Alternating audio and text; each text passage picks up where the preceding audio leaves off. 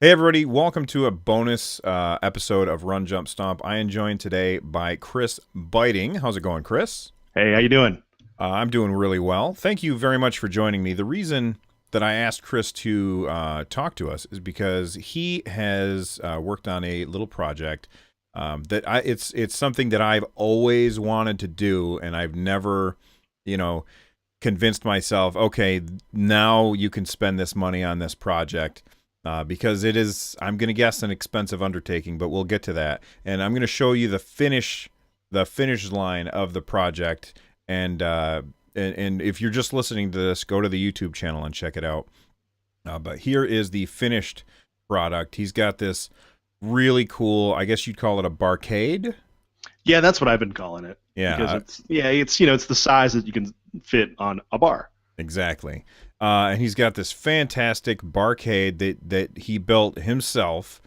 So you guys can see the finished product. And man, because the other day I was streaming, it was the day that the classic NES came out, and I decided to hook that up and stream with it. And he came in and we were talking about retro games, and he showed me that link, and it blew me away. So I said, "You've got to come on the podcast and talk about it." So.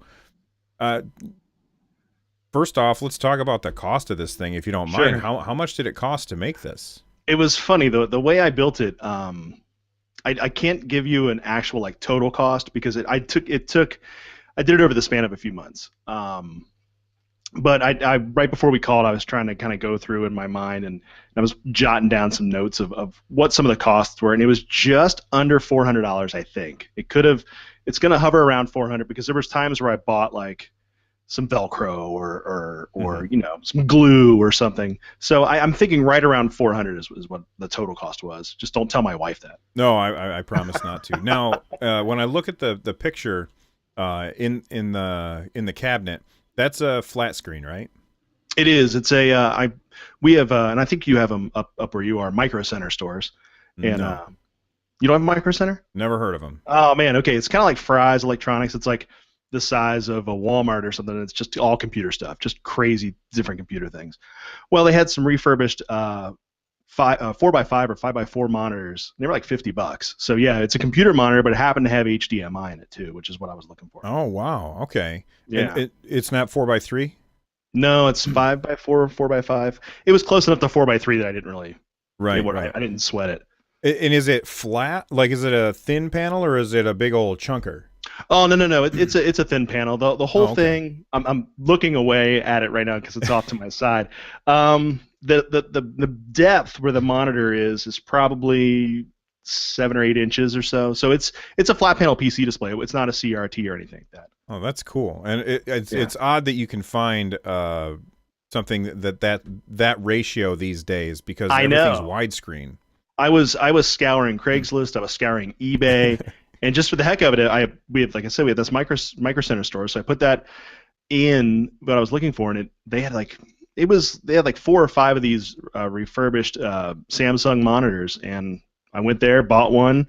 It had a VESA mount, so I got the little screws, and the arcade machine has a VESA mount made out of the material that I made the arcade machine out. Just screwed it in, and it was perfect. What is the material that it's made out of? It's called MDF, and a lot of people, a lot of hobbyists and stuff buy. You can buy it in big like 8 by 10 sheets or something at Home Depot. What it really is cardboard that's like glued together and compressed real tight, so it's almost wood-like, and it's really easy to work with. The problem is it's super dusty. So when we were routing out the edges for the T molding, I mean, it just made a huge mess. We had to actually do it outside. And when I say we, I mean my brother and I, who's a carpenter and much better with power tools than I ever am. What were like some of the, other than the dust being the issue? What were Yeah. some of the issues that you ran into when you were building this thing that really drove you crazy? Having the right tools. We used like a hand, the circular saw and a couple. If I wish we had like a drill press and stuff. Those were really the biggest issues as far as hooking it up and using the software, and we used a Raspberry Pi as the computer in it. All that stuff was actually pretty easy because I followed a website called RetroPie. It's retropie.co.uk, I believe, and they offer step-by-step walkthroughs. And it was really, I watched a lot of videos, and I used the site.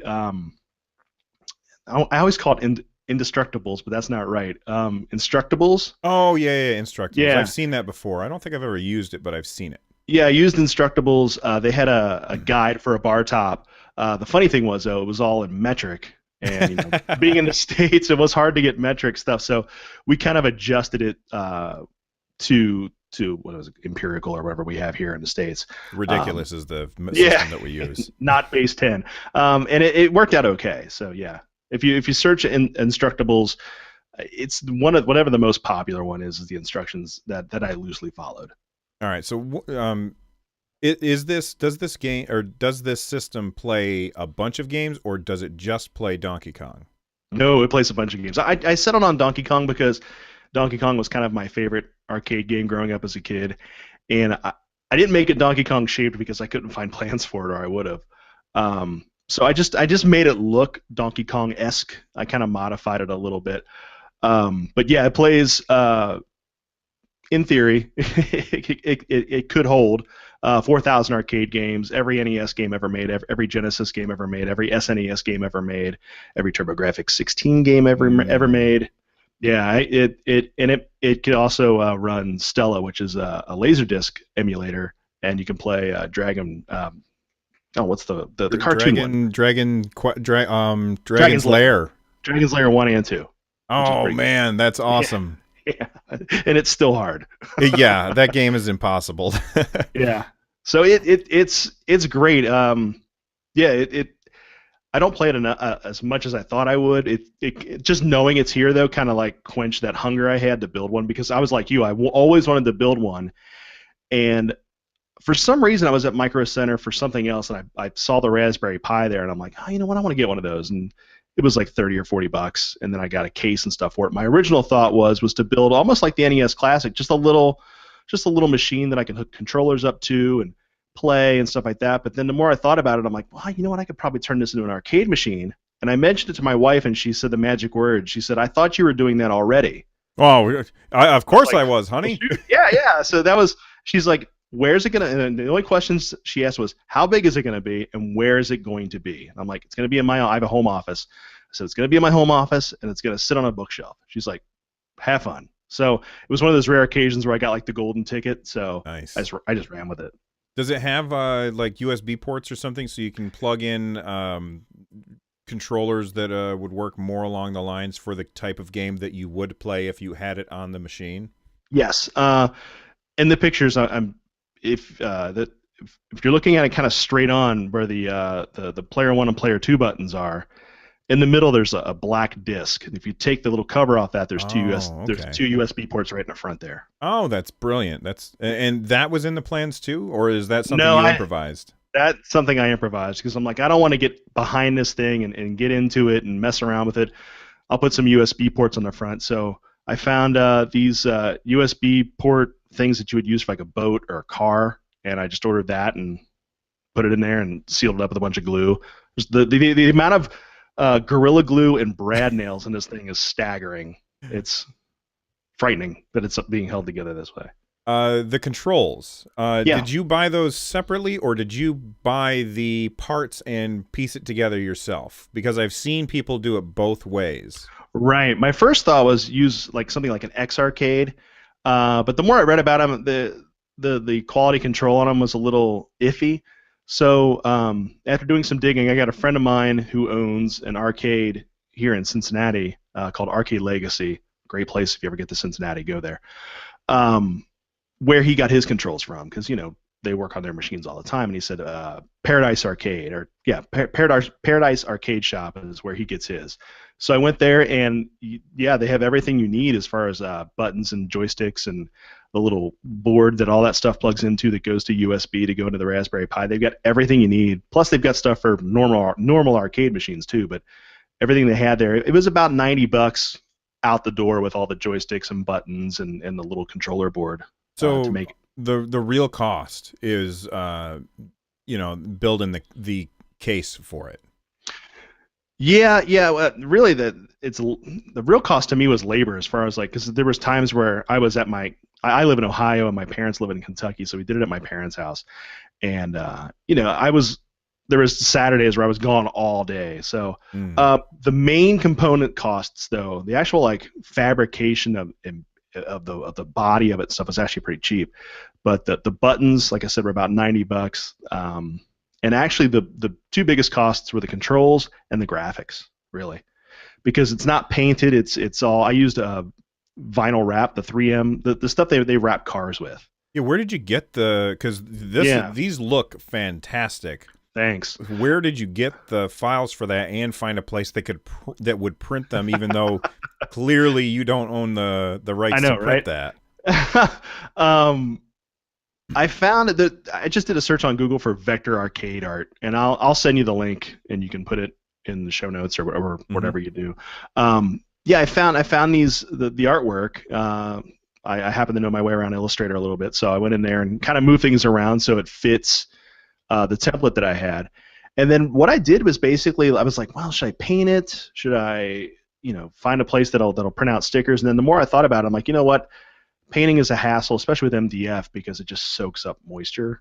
So my thought was I'll vinyl wrap it, and maybe I could have someone kind of look the other way. So I emailed a couple places. I had a bunch of places tell me no, and I had one that was kind of north of me that said, "Hey, that sounds like a cool project.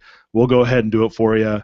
No big deal." So yeah, they kind of looked the other way, which I was fortunate that happened. Yeah, that's awesome. About how Yeah. many hours do you think you put into building this thing? Um, that's a good question. I would say maybe 40 hours. It was a lot of like working on it for an hour or two, here or there. Once everything was done, though, once it was fabricated and the glue was dry and all that kind of stuff, the wiring, like getting it from the other picture that I sent you, which was just kind of like the vinyls on either side. The vinyl, applying the vinyl took about an hour because I didn't want to screw it up. But then wiring all the buttons, getting it all set up, getting it all done was another hour. So if I was going to do it again, I could probably get it done in 2 days. Really, Nice. the longest time at this point would be the glue drying because Right. Okay, that you got makes to sense. clamp it and wait a day. So So you had to do like, okay, I'm going to get this piece done today, and then I can come back tomorrow and do the next piece because you can't do everything at the same time. right, and some stuff I couldn't find answers to. Like I wanted to seal. What was the best way to seal the MDF because some of it is painted. The black parts are all spray painted. And I'm like, how do I do that so the paint takes? And I was reading all sorts of different things, and I finally settled on using shellac, which is like derived from beetles or something. It's like they actually spray it on fruits and vegetables to make them shiny. And I thought, well, if my daughter's playing it, I don't want anything kind of caustic or dangerous. So shellac was what I used, and it ended up working out real well. And how much does this thing weigh? Oh, a lot. No, Oh, probably 50 pounds. that's not too bad. No, no, no. It's pretty sturdy. I ended up buying little furniture pads. You can buy these little rubber pads at Lowe's or Home Depot or any kind of um, hardware store that keep like furniture in place. And I stuck those to the bottom, and it just so happened the IKEA bookshelf that I have is deep enough. Just it's the same depth as the arcade machine, and it just fit on there perfectly. And it was serendipitous the way it all worked out. Yeah. Well, I gotta say, I think that you and your brother did a fantastic job building this thing. Thanks a lot. You've got me inspired to think about doing it, but I'll probably never do it because I'm not a carpenter and I don't know how to. Because this looks like a lot better than a lot of the ones that I've seen. Thanks. Um, and I gotta say, those stickers they're not stickers, but the vinyl is absolutely fantastic. It makes it. My wife and my dad both told me that looked like something this looked like the finished product looks like something you'd buy in a store, and that was a big compliment coming from both of them because they both make fun of me for not knowing how to use power tools at all. I am like the least handy person on the planet, That's but me. I know electronic stuff. So the wiring and I would take a picture of the wiring, but it's an actual mess because each switch in there takes two wires, a ground wire and the actual Hmm. thing. So there's just a ton of wiring in there, and it just got to the point I wanted to get it done, and I jammed it all in there, and I'm like, I'm never looking at this again. It works. I'm gonna leave it there, but it's pretty ugly if you look on the inside. That's how almost every project I've ever worked on Yeah, ended, me where too. everything is precise and clean and nice and well done, and then except for the one, whatever the last thing I was, where I'm just like, screw Forget it, it. I just I'm want to get it done. Yeah, just jam it all in there. All right, well, Chris, thank you so much for coming on to the podcast and talking to us about this. I think that this is a cool project.